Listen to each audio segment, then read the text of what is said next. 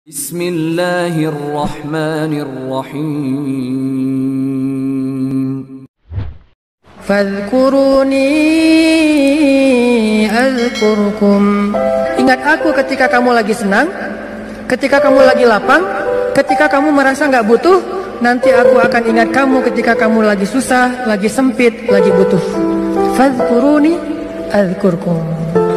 Jangan cuma ingat Allah pas kita butuh, sehingga nanti Allah baru akan ingat kita di kebutuhan berikutnya. Karena Allah membalas perbuatan kita, bukan langsung waktu itu. Jadi kalau kita mau ditolong ketika susah, jadilah orang yang selalu mengingat Allah ketika kita senang. Lagi nggak ada masalah nih, tetap ingat Allah. Gimana ingat Allah ketika kita lagi senang? Bersyukur. Ketika dapat nikmat, alhamdulillah, ini nikmat dari Allah. Diingat, Allahnya tuh dimention terus, di tag terus, sehingga ketika nanti kita kekurangan, Allah akan bilang, itu hambaku lagi kekurangan, aku bantu deh. Karena ketika aku kasih dia nikmat, dia ingat aku. Begitu dia punya masalah, aku akan ingat dia. Ada Allah, pasti Allah nggak akan ngecewain kita, nggak mungkin. Allah itu nggak mungkin mengecewakan kita.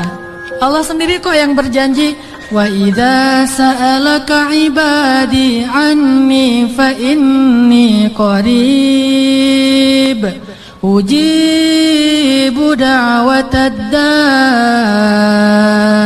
Itu Allah yang bilang, aku tuh dekat. Artinya berharaplah kepadaku gitu. Dan aku akan mengijabah setiap orang yang meminta kepadaku. Jadi Allah sendiri yang berjanji akan menunjukkan keajaiban, mengabulkan permintaan-permintaan yang baik dari hambanya, sehingga tidak perlu kita ragu, Allah nggak mungkin ngecewain kita.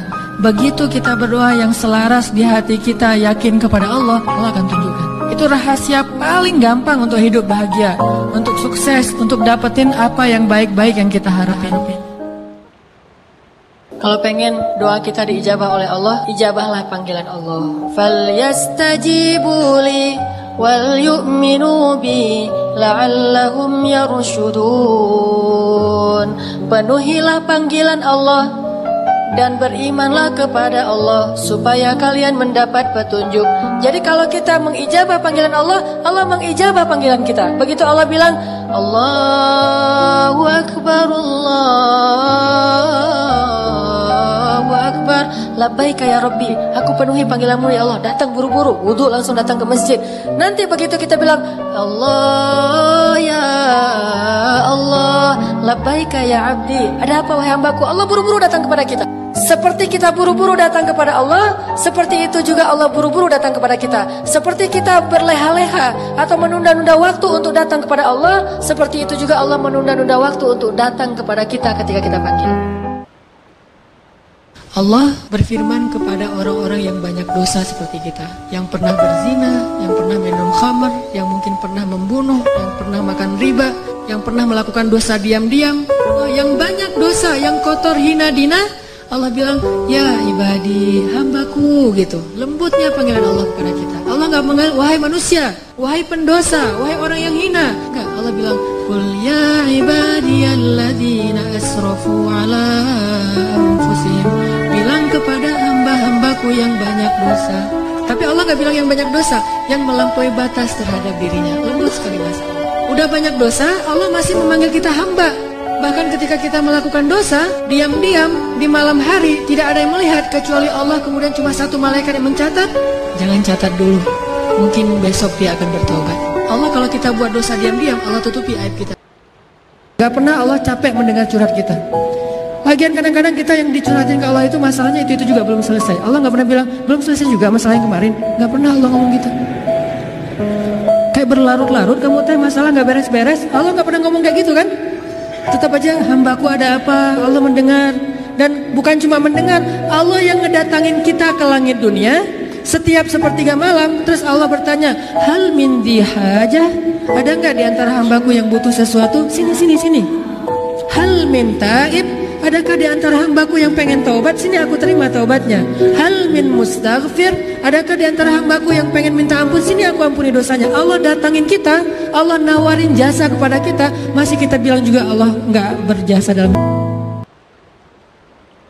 Kalau seandainya dosa itu satu titik pulpen, terus setiap kita buat dosa itu jadi tinta sekecil ujung pulpen itu di hati kita, kayaknya bukan hati kita doang yang udah hitam, seluruh tubuh kita juga udah hitam. Bukan cuma tubuh kita, sampai area di sekeliling kita tuh udah hitam saking banyaknya dosa. Soalnya di hati udah nggak ada tempat kosong untuk nitik-nitik kayak gitu. Akhirnya taruh di tangan, jadi tato semuanya, terus di lantai.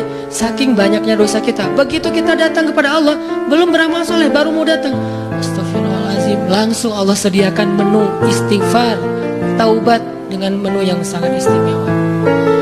Jadi Allah tuh kangen kepada pendosa karena pengen ngampunin dosanya. Kangen kepada orang yang banyak masalah karena pengen ngasih solusi dalam masalahnya.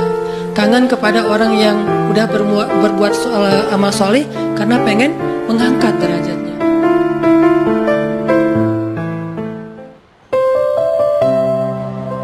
Kita HP aja dicas sehari beberapa kali. Gimana dengan iman kita yang selalu dikuras, yang kuotanya itu habis setiap hari karena kita nggak sengaja mungkin ngelihat sesuatu yang gak boleh, ngedengar pembicaraan yang tidak baik, sehingga iman kita tuh ngedropnya lebih cepat daripada handphone kita. Kalau kita selalu disiplin dan hati-hati banget dengan handphone kita, begitu udah mulai muncul peringatan handphonenya udah lowbat di bawah 10%, kita langsung nyari colokan listrik. Bagaimana dengan iman ketika kita ngerasa lowbat? Colokan listrik iman adanya di dalam majelis-majelis ilmu. Sehingga kalau kita sehari ngerasa iman kita lagi drop, kita harus langsung mencari booster iman.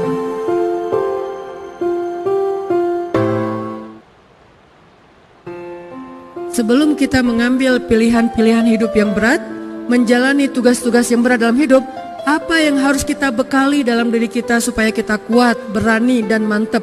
Kalau kita pengen menghadapi suatu ujian yang berat, pengen ngejalanin suatu tugas yang berat, mau ujian nasional, mau ngerjain skripsi, mau ngelamar cewek, mau ngeputusin pacar, kan berat nih.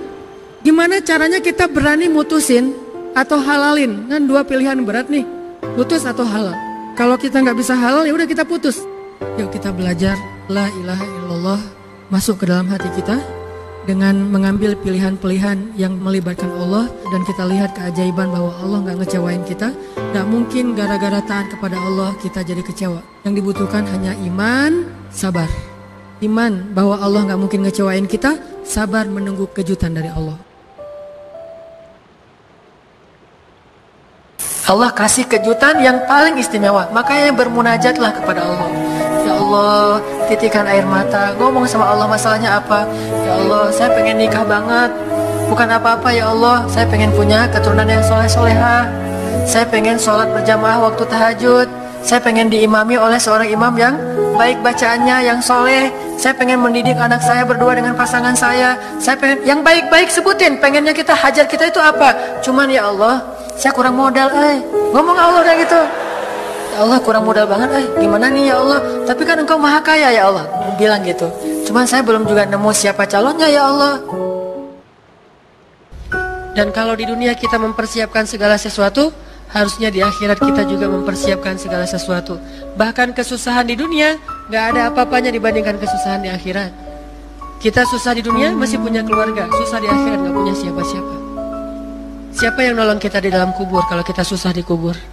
Siapa yang nolong kita di padang mahsyar kalau kita susah di padang mahsyar? Dan siapa yang nolong kita di neraka kalau kita susah di neraka? Di dunia, begitu kita susah ada teman, ada keluarga, ada orang tua, ada orang-orang yang mencintai kita. Di akhirat, yauma yafirrul mar'u min akhihi wa ummihi wa abihi wa sahibatihi wa banihi likulli imri'in minhum yauma idzin sya'nun yughni. Pada hari itu semua orang sibuk dengan urusannya sendiri-sendiri.